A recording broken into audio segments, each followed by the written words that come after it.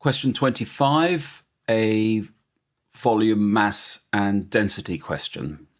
We've got a top bit, we know its mass, and we know the mass of the bottom bit. So we know the mass for the whole thing, incidentally.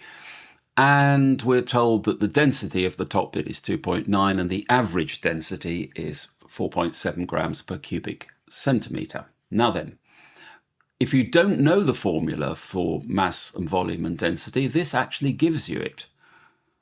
That density, the units, grams per centimetre cubed, must mean this is the mass over the volume. So each of the three elements of the first bit, the second bit, and the combined third bit have a mass, a volume, and a density. So for each of 1, 2, and 3, we can work out all their three components. So first of all, let's deal with 1.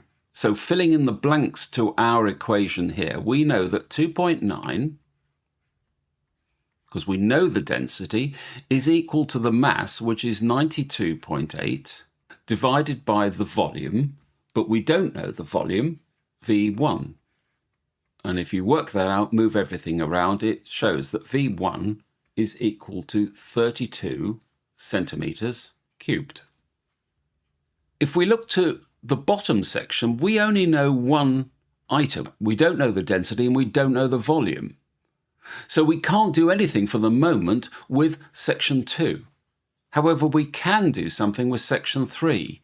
We know from what we're told, again fitting in to our equation here, we know the density of the whole lot is 4.7, and that must be equal to the total mass, which are these two guys added up, which is 1065.6 grams, divided by the volume of the whole lot, which I'm going to call V3. And if you work that out, V3 turns out to be 226.72.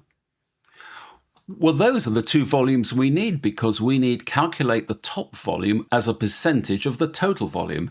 Here is the top volume, and here is the total volume. So V1 as a percentage of V3 must be equal to 32 divided by 226.72 multiplied by 100.